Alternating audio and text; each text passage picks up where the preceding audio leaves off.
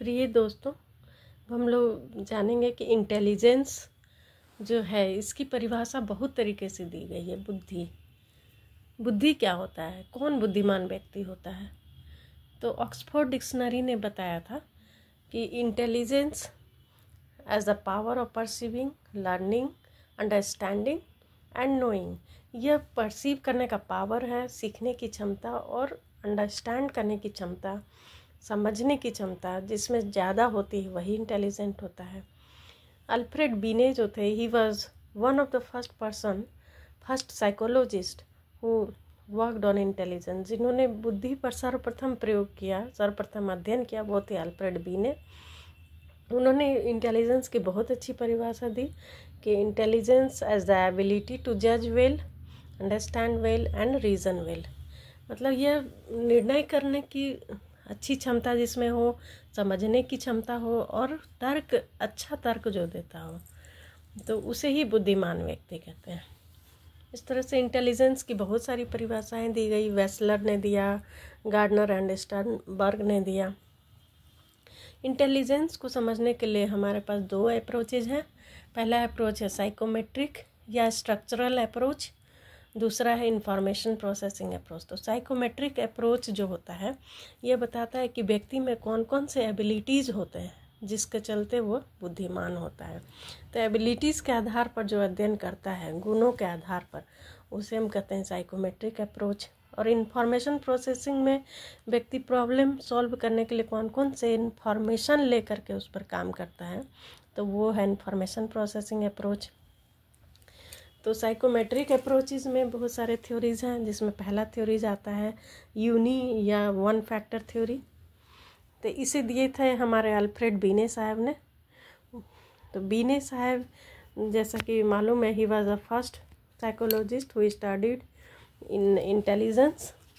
तो इन्होंने बताया कि व्यक्ति में क्या होता है कि एक सेट ऑफ एबिलिटीज़ होता है, मतलब one type of similar sets of abilities to solve any problem. मतलब सिमिलर सेट्स ऑफ एबिलिटीज़ के आधार पर, एक ही तरह का सिमिलर सेट्स ऑफ एबिलिटीज़ होता है जिसके आधार पर वह कोई भी प्रॉब्लम को सॉल्व कर सकता है। इसलिए इनके थ्योरी को वन फैक्टर थ्योरी कहते हैं। लेकिन बाद में इनका थ्योरी विवादग्रस्त हो गया था।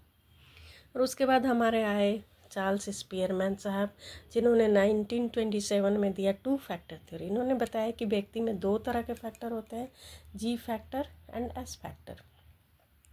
तो जी फैक्टर जो प्राइमरी या कॉमन फैक्टर्स होते हैं, जो सबों में होते हैं, जैसे कि पढ़ना, लिखना, खाना खाना, मतलब जो कॉमन एक्टिविटीज़ होता है वो तो सब में होता है। और एस फैक्टर स्पेसिफिक फैक्टर, जो व्यक्ति को दूसरों से अलग करता है। जैसे कि लता मंगेशकर थी, उनमें सिंगिंग का फैक्टर था। सिंगिंग का एक विशिष्ट गुण था जो उन्हें दुनिया के सबसे बढ़िया सिंगर्स में शामिल करता है। हमारे सचिन साहब, जो सचिन तेंदुलकर, जिनमें क्रिकेट खेलने की क्षमता थी और वो उनका स्पेसिफिक फैक्टर था, जिसके चलते वो क्रिकेट के गॉड माने जाते हैं।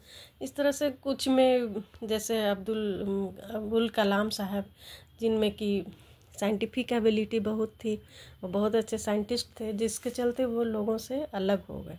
तो इस तरह से जी फैक्टर और एस फैक्टर होता है व्यक्ति में। दो ही फैक्टर होते हैं, इन्होंने बताया, कि जिसके चलते व्यक्ति इंटेलिजेंट होता है।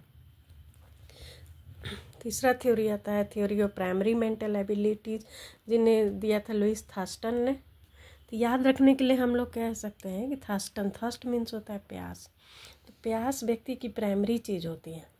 इसको हम थर्स्टन को प्राइमरी से जोड़ देंगे तो इस थ्योरी को हम याद रख सकेंगे कि theory of primary mental abilities दिया था लुइस थर्स्टन ने। तो लुइस थर्स्टन ने बताया था कि व्यक्ति में 7 प्राइमरी एबिलिटीज़ होते हैं जिसके चलते व्यक्ति इंटेलिजेंट होता है। इसमें पहला है वर्बल कम्प्रीहेंशन, मतलब जिनमें कि बोलने की क्षमता, grasping meaning of words, concepts and idea, जो किसी भी आइडिया को तुरंत मतलब ग्रास्प कर लेते हैं। न्यूमेरिकल एबिलिटी, जिनमें कि मैथ बनाने की क्षमता, के कंप्यूटर स्किल ज़्यादा होती है। स्पेशल रिलेशन, जिनमें कि दिशा का ज्ञान ज़्यादा होता है, जैसे हमारे पायलट में, हमारे नाविक में, वो पहले ही समझ जाते हैं किस दिशा में प्लेन को उड़ाना है। परसेप्चुअल स्पीड, जिनमें कि देखने की क्षमता, किसी भी चीज़ को देखने की क्षमता ज़्यादा होती है। वर्ड फ्लुएंसी, जो बहुत अच्छे से बोल सकते हैं, वर्ड पावर जिनमें कि बहुत ज़्यादा होती है। और मेमोरी, मतलब जिनकी मेमोरी जितनी ज़्यादा अच्छी होती है वो उसको चीज़ों को रिकॉल कर सकते हैं ज़्यादा, तो वैसे व्यक्ति इंटेलिजेंट होते हैं। इंडक्टिव रीजनिंग की क्षमता जिसमें ज़्यादा हो, जैसे कि deriving general rules from presented facts, बहुत सारे फैक्ट्स में से एक कंक्लूज़न को निकाल लेना, जिनमें ये क्षमता ज़्यादा होती है वो ज़्यादा तेज होते हैं। तो इस तरह से इन्होंने बताया थर्स्टन साहब ने कि जिनमें 7 मेंटल एबिलिटी ज़्यादा होती है वही इंटेलिजेंट होते हैं। उसका हियरार्चिकल मॉडल ऑफ इंटेलिजेंस इसे दिया था हमारे आर्थर जेनसन साहब ने। इन्होंने बताया कि 2 तरह के लेवल होते हैं, लेवल 1 एंड लेवल 2। तो लेवल 1 में क्या होता है कि associative learning in which output is equal to input, मतलब हम लोग जैसा लगाते हैं वैसा ही पाते हैं। जैसे कि रोट मेमोरी एंड लर्निंग, जैसे कि हम लोग अगर रट कर याद रखते हैं, रट कर किसी चीज़ को सीखते हैं तो उसे कम देर तक याद रख पाते हैं। दूसरा लेवल 2, जिसमें कि हम लोग है कि cognitive competence in which output is more than input, मतलब जितना हम लोग लगाते हैं उससे ज़्यादा हम लोग पाते हैं। जैसे कि हम लोग अगर समझ कर किसी चीज़ को सीखते हैं तो हमें बहुत दिन तक याद रहता है। उसके बाद है स्ट्रक्चर ऑफ इंटेलेक्ट मॉडल, जिसे जेपी गिलफोर्ड ने दिया था 1988 में। अब हम लोग इसे भी याद रख सकते हैं, जैसे गिलफोर्ड और स्ट्रक्चर ऑफ इंटेलेक्ट मॉडल। तो मछली जो है वो गिल से सांस लेती है अपने, मछली में एक ये होता है गिल जिसको बोलते हैं, तो वो उसी से सांस लेती, गलफड़ा से सांस लेती है। तो जो गिल होता है मतलब उसका स्ट्रक्चर कैसा होता है, तो गिल से बना होता है। तो गिल और स्ट्रक्चर को हम लोग जब मिला देंगे तो स्ट्रक्चर ऑफ इंटेलेक्ट मॉडल जो दिया था जेपी गिलफोर्ड ने, ये इस तरह से याद रह सकता है। ये मेरा अपना थॉट है। तो इन्होंने बताया कि इंटेलिजेंस के 3 डायमेंशंस होते हैं, ऑपरेशंस, कंटेंट्स एंड प्रोडक्ट्स। तो ऑपरेशंस मतलब जिस पर हमको काम करना है, जो हमको कोई सब्जेक्ट मिलता है। जैसे मान लीजिए किसी का डॉक्टर ऑपरेशन करता है, किसी को कोई गांठ बन गया है, उसका ऑपरेशन करना है, तो ये ऑपरेशन सब्जेक्ट हो गया। कंटेंट्स मतलब उसको अब हम कैसे ठीक करेंगे, कुछ चीज़ सुनकर, कुछ जानकर, उसके बारे में हर तरह से जांच करके हम उस पर प्रोसेस करते हैं, उसको उस पर काम करने के लिए, उसका प्रॉब्लम सॉल्व करने के लिए। और थर्ड इज़ प्रोडक्ट्स मतलब रिजल्ट्स। तो हर तरह से देखने के बाद हम जब उस सिस्ट को निकाल देते हैं सफलतापूर्वक, तो वो हमारा प्रोडक्ट होता है, मतलब ऑपरेशन सक्सेसफुल रहता है। तो इस तरह से 3 चीज़ होते हैं, और तीनों में उन्होंने बताया कि 3 सेल होते हैं, जिसमें कि देखिए पहला जो है वो कंटेंट है, उसमें 6 सेल रहते हैं। और उसके बाद इन्हें पहला ऑपरेशन में 6 सेल रहते हैं, कंटेंट्स में 5 सेल रहते हैं, और प्रोडक्ट में 6 सेल रहते हैं। तो तीनों को जब हम मिला देंगे तो 6 × 5 × 6 यानी कि 180 सेल्स हो जाते हैं, और सभी में एक सेल का होना ज़रूरी है। तो इस तरह से इनके इस थ्योरी को 180 सेल्स भी कहते हैं, 180 मॉडल भी कहते हैं, इसे 6 × 5 × 6 मॉडल भी कहते हैं। तो इस तरह से गिलफोर्ड के थ्योरी का एक ये भी नाम है। तो इस तरह से इंटेलिजेंस के साइकोमेट्रिक अप्रोच में ये थ्योरीज थी।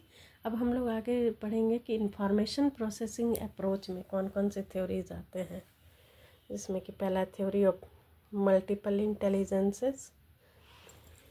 अब इस थ्योरी को दिया था हमारे हार्वर्ड गार्डनर।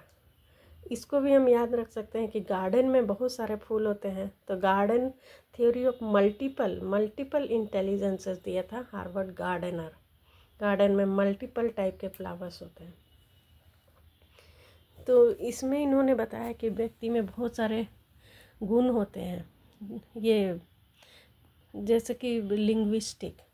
तो कुछ लोगों में ये लैंग्वेज की क्षमता बहुत अधिक अच्छी होती है, किसी का लैंग्वेज बहुत अच्छा है, बहुत सारे लैंग्वेज को जानते हैं वो, तो इसे वर्ड स्मार्ट्स कहा जाता है, या पोएट एंड राइटर्स ऐसे लोग होते हैं। उसका लॉजिकल मैथमेटिकल, जिनका मैथमेटिकल पावर बहुत अच्छा होता है, तो scientist and Nobel prize winner होते हैं। स्पेशल, जिन्हें दिशा का ज्ञान होता है, जैसे कि पायलट हो गए, हमारे आर्किटेक्ट्स हो गए, पेंटर्स हो गए, इंटीरियर डेकोरेटर्स हो गए, वो पहले ही समझ जाते हैं कि कहाँ पर क्या करने से क्या होगा। म्यूज़िकल, जिनमें म्यूज़िक की क्षमता काफ़ी अच्छी होती है, जैसे हमारे रहमान साहब। बॉडीली कैनेस्थेटिक, जो अपने जिनका बॉडी बहुत लचीला होता है, या बॉडी बहुत क्रिएटिव होता है, उसके माध्यम से वो अपने प्रॉब्लम को सॉल्व करते हैं। जैसे कि जिमनास्ट हो गए, इसमें सर्जन्स हो गए, एक्टर्स हो गए, डांसर्स हो गए, एथलीट्स हो गए।